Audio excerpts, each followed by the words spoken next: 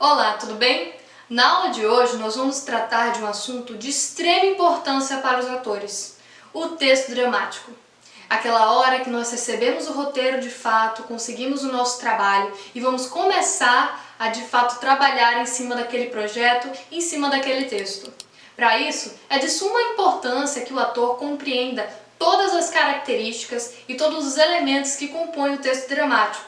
Dessa forma, a sua interpretação sairá de uma forma mais fluida e mais completa, inclusive poupando trabalho para o seu diretor, porque entendendo o que o texto está pedindo de você enquanto interpretação facilita muito a vida do seu diretor e você ouvirá menos reclamações se você realmente aplicar o que vai ser dito nessa aula de hoje. Primeiro de tudo, eu vou puxar só um pouquinho da sua memória. Lembra lá do seu fundamental, não sei se é uma memória tão remota assim.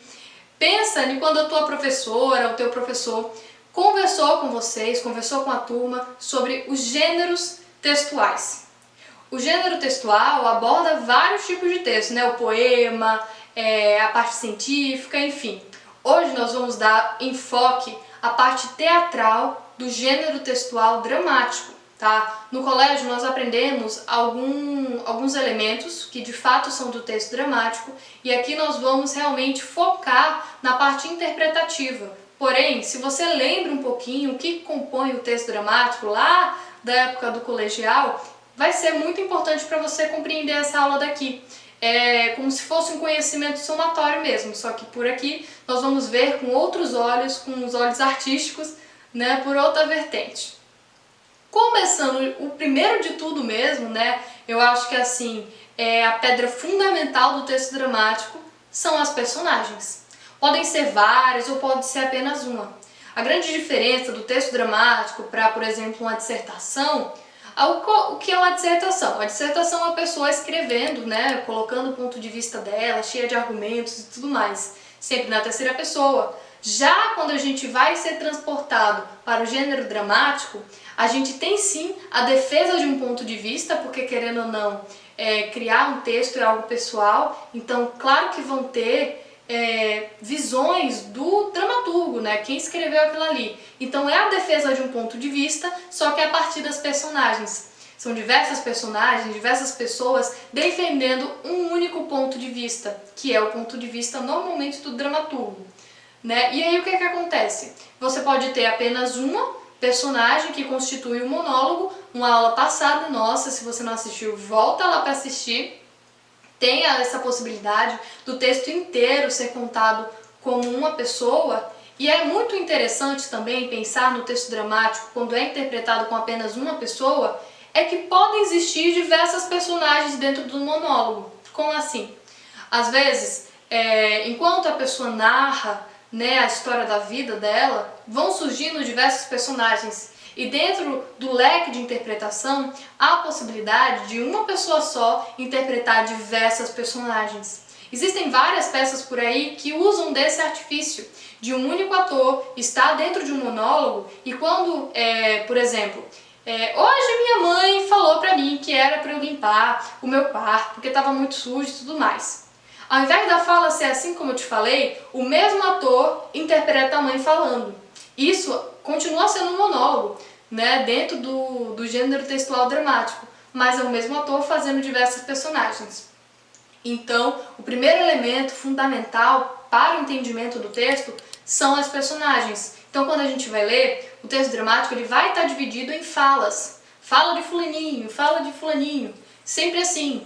Né? Claro que podem ter sim monólogos dentro do texto, a gente já falou sobre isso na aula passada. Existem monólogos que na verdade nós chamamos de bifões, quando está dentro de um roteiro.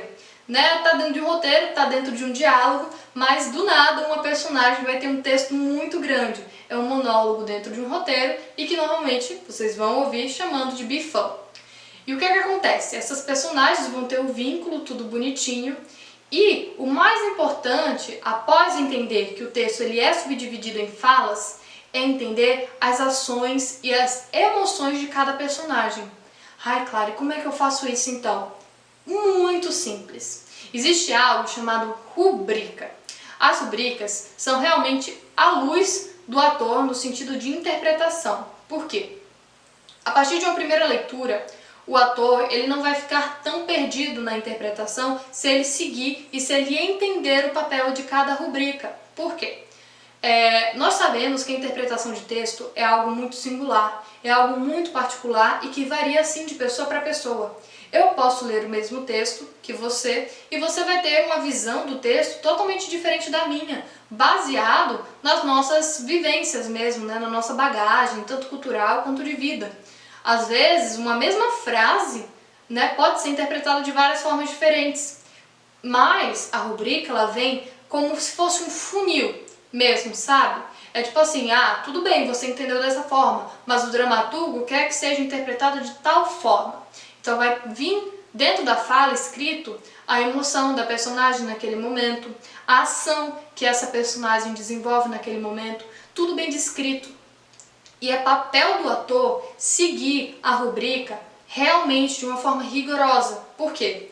As rubricas elas podem sim ser alteradas dentro do processo. Elas não são obrigatórias, elas não são fixas. A não ser nos casos de novelas. Por exemplo, quando temos as novelas, normalmente ao lado do diretor, nós temos sempre o dramaturgo.